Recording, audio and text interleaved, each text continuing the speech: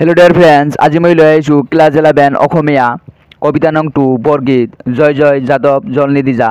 এই কবিতাটোৰ question answer এইখিনি মোৰ নোটছ হয় আৰু এই নোটছখিনি তোমালোকে পঢ়িলে তোমালোকৰ কমন পৰিব যে কম নোটছ বনাই যে বেছি মাৰ্ক কেনেকৈ পাব পাৰি। এই নোটছ পঢ়িলে তোমালোকে গম পাবা। এই নোটছত তোমালোকৰ সিমান দিয়া নাই, মানে কমকৈ দিছোঁ যাতে তোমালোকে এইখিনি পঢ়িলে ইয়াৰ ভিতৰত কমন পৰে। ভিডিঅ'টো শেষলৈ চাবা আৰু এই নোটছখিনি তোমালোকে লিখি ল'বা। ফাৰ্ষ্ট কুৱেশ্যন যে বৰগীত কাক বলে। উত্তৰ যে মহাপুৰুষ শ্ৰীমন্ত শংকৰদেৱ আৰু শ্ৰী শ্ৰী মাধৱদেৱৰ দ্বাৰা ব্ৰজবুলি ভাষাত ৰচিত এক শৰণ নাম ধৰ্ম প্ৰচাৰৰ উদ্দেশ্য ওখ নৈতিক আৰু আত্মাধিক ভাৱসম্পন্ন শ্ৰীকৃষ্ণৰ মহাত্মসূচক গীত অন্যান্য গীততকৈ সম্পূৰ্ণ পৃথক এই গীতবোৰক বৰগীত বুলি কোৱা হয়। এই বৰগীত নামৰ কবিতাটি তোমালোকৰ এইচএছ ছেকেণ্ড ইয়াৰত আছে, সেইকাৰণে তোমালোকে এই বৰগীতটো ভালকৈ পঢ়িবা যাতে তোমালোকৰ ছেকেণ্ড ইয়াৰতো মানে কামত আহে। আৰু এইখিনি তোমালোকে এইচএছ ছেকেণ্ড ইয়াৰত পাবা। এইখিনি যদি তোমালোকে আগতে পঢ়ি যোৱা তেতিয়া তোমালোকৰ ছেকেণ্ড ইয়াৰত মানে সহজ হ'ব। কুৱেশ্যন নং 2 যে বৰগীতৰ বৈশিষ্ট্যসমূহ লিখা। উত্তৰ বৰগীতৰ বৈশিষ্ট্যসমূহ হ'ল 1 নম্বৰ বৰগীতৰ ভাষা ব্ৰজবুলি, 2 নম্বৰ বৰগীতসমূহ হাঁচিৰ ৰাগ তালযুক্ত গীত, 3 নম্বৰ বৰগীতসমূহ ভক্তিমূলক তথা ঈশ্বৰৰ মহাত্মা প্ৰকাশ। নেক্সট কুৱেশ্যন যে বৰগীতৰ বিষয়বস্তুসমূহ কি কি। এৰ উত্তৰ হ'ব যে বৰগীতৰ বিষয়বস্তু 6টা ভাগত ভগাব পাৰি। ৰোমান 1 লীলা, বিৰহ, বিৰক্তি, পৰমাৰ্থ, স্বৰ আৰু চাতুৰী। এই 6টা হ'ল বৰগীতৰ বিষয়বস্তু। যে বৰগীত কাক বলে, বৰগীতৰ বৈশিষ্ট্যসমূহ আৰু বৰগীতৰ বিষয়বস্তুসমূহ এইকেইটা তোমালোকে জানিবা। ইয়াৰ পৰা মানে কুৱেশ্যন সোধে আৰু এইখিনি তোমালোকে যিকোনো কুৱেশ্যন 5 মাৰ্কৰ কুৱেশ্যন লিখাৰ আগত এইখিনি লিখিলে মানে তোমালোকৰ মাৰ্ক বেছি পোৱাৰ সম্ভাৱনা থাকে। নেক্সট কুৱেশ্যন লিখিবা, এইটো 2019 চনত আহিছিল যে শ্ৰুত মাত্ৰা খিলত্ৰা শব্দটোৰ অৰ্থ কি। ইয়াৰ দ্বাৰা কাৰ কথা কোৱা হৈছে। উত্তৰ শ্ৰুত মাত্ৰা খিলত্ৰা শব্দৰ অৰ্থ হ'ল শুনা বা শ্ৰৱণ কৰা মাত্ৰকে পৃথিৱীৰ সকলোকে উদ্ধাৰ কৰোঁতা, অন্য অৰ্থত বেদক উদ্ধাৰ কৰোঁতা। ইয়ালৈকে এনচাৰ। নেক্সট চাবা প্ৰসংগ সংগতি দৰ্শাই ব্যাখ্যা কৰা। এইটো কুৱেশ্যন মানে ইম্পৰ্টেণ্ট হয়। জগজন জীৱন অজন জনাৰ্দন ধনুষ দমন দুঃখহাৰী মহাদানন্দ কন্দ পৰমানন্দ নন্দ নন্দন বনচাৰী। উত্তৰ যে উক্ত কবিতাকে হেৰি আমাৰ সাহিত্য সৌৰভৰ অন্তৰ্গত শ্ৰীমন্ত শংকৰদেৱ বিৰচিত জয় জয় যাদৱ জলনিধি যা দৱ দাতা শিৰোনামৰ বৰগীতটিৰ পৰা উদ্ধৃত কৰা হৈছে। তাৰপিছত এইটো লিখিবা পেৰাগ্ৰাফ বনাই যে শ্ৰীকৃষ্ণৰ অপাৰ মহিমাৰ কথা ক'বলৈ যাওঁতে কবিয়ে উক্ত কবিতাভাগিৰ অৱতাৰণা কৰিছে। তাৰপিছত লিখিবা লক্ষ্মীৰ প্ৰতি ভগৱান শ্ৰীকৃষ্ণৰ নামৰ মহিমা অপাৰ, তেওঁৰ নাম শ্ৰৱণ কৰা মাত্ৰকে জগতৰ সকলো বস্তুৱে পবিত্ৰ বা উদ্ধাৰ হয়। তাৰপিছত পেৰাগ্ৰাফ বনাই লিখিবা যে মংগলময় শিৱৰূপে তেওঁই বিৰাজমান এই জগতৰ জীৱনস্বৰূপ শ্ৰীকৃষ্ণ চিৰন্তন সত্য আৰু সনাতন, তেওঁ ৰাক্ষসকলক বিনাশ কৰি পৃথিৱীত শান্তি প্ৰতিষ্ঠা কৰিছিল। কেশী মূৰ মধু আদি অসুৰক বিধি জগতৰ অন্ধকাৰ নাশ কৰিছিল। তেওঁৰ নাম স্মৰণ আৰু কীৰ্তন কৰি জীৱই পৰম আনন্দৰ লগতে পাপৰ পৰা মুক্তি লাভ কৰিব পাৰে। ইয়ালৈকে ইয়াৰ এনচাৰ। নেক্সট চাবা বৰগীতটিৰ মূল ভাৱ লিখা। যে প্ৰত্যেকটো কবিতাৰ তোমালোকে মূল ভাৱখিনি জানিবা। মূল ভাৱখিনি তোমালোকে জানিলে আৰু মূল ভাৱখিনি তোমালোকে লিখি ল'বা। এইখিনিৰ পৰাই তোমালোকে যিকোনো ধৰণৰ কুৱেশ্যন আহি লিখিব পাৰিবা। চাবা উত্তৰ যে মূল ভাৱটো কেনেকৈ লিখিছোঁ। এই মূল ভাৱটো যাতে তোমালোকৰ মনত থাকে আৰু তোমালোকে যিখিনি আগত পাইছা সেয়াৰ ওপৰত বেছ কৰি লিখিছোঁ। শ্ৰীমন্ত শংকৰদেৱ আৰু শ্ৰী শ্ৰী মাধৱদেৱৰ দ্বাৰা ব্ৰজবুলি ভাষাত ৰচিত এক শৰণ নাম ধৰ্ম প্ৰচাৰৰ উদ্দেশ্যে ওখ নৈতিক আৰু আত্মাধিক ভাৱসম্পন্ন শ্ৰীকৃষ্ণৰ মহাত্মসূচক গীত আৰু অন্যান্য গীতবোৰতকৈ পৃথক এই গীতবোৰক বৰগীত বুলি কোৱা হয়।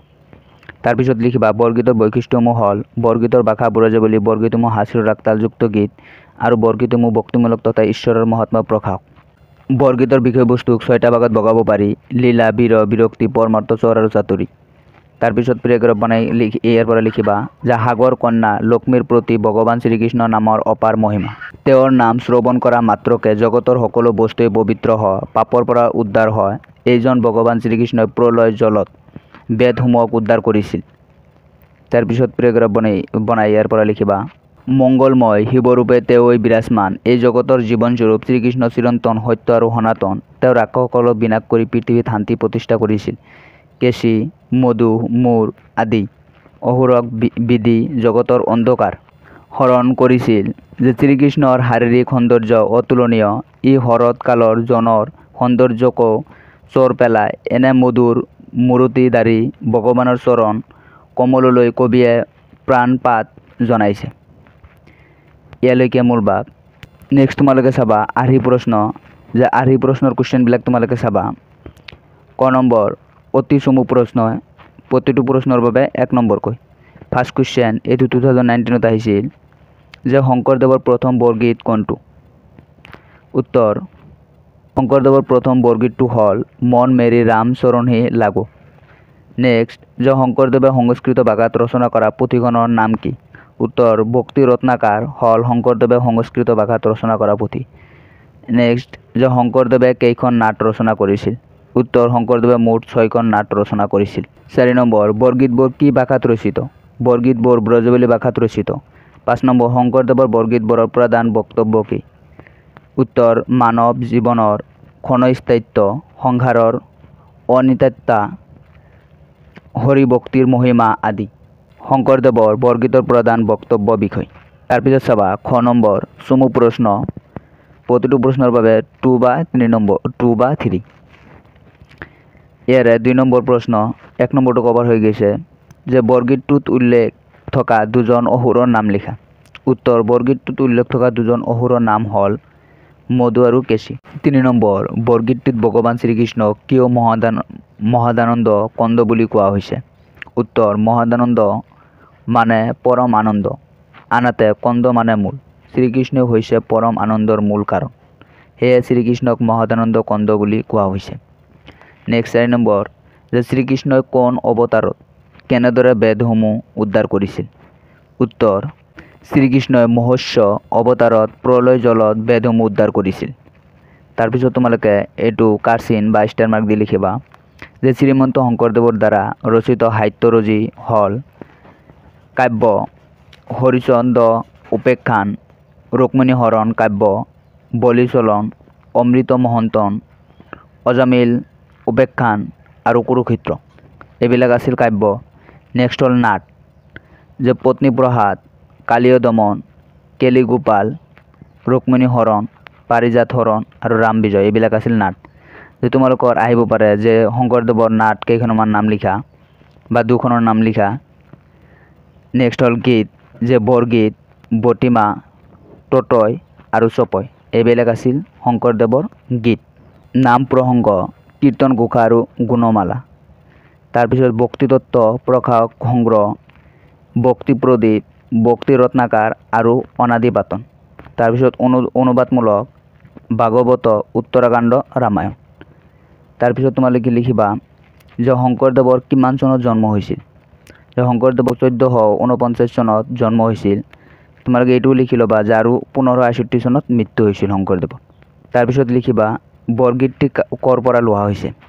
উত্তৰ, বৰগীতটো হৰিনাৰায়ণ দত্তবৰুৱা সম্পাদিত বৰগীত নামৰ গ্ৰন্থখনৰ পৰা লোৱা হৈছে। ইয়ালৈকে বৰগীত নামৰ কবিতাটিৰ কুৱেশ্যন আনচাৰ। এইখিনি কুৱেশ্যন আনচাৰ তোমালোকে বহীত লিখি ল'বা আৰু ইয়াৰ পৰাই তোমালোকক কমন পৰিব। আৰু 5 মাৰ্কৰ যিকোনো ধৰণৰ কুৱেশ্যন নাহক তোমালোকে বনাই লিখিব পাৰিবা। আৰু 1-2 মাৰ্কৰ কুৱেশ্যন ইয়াৰ পৰাই কমন পৰিব।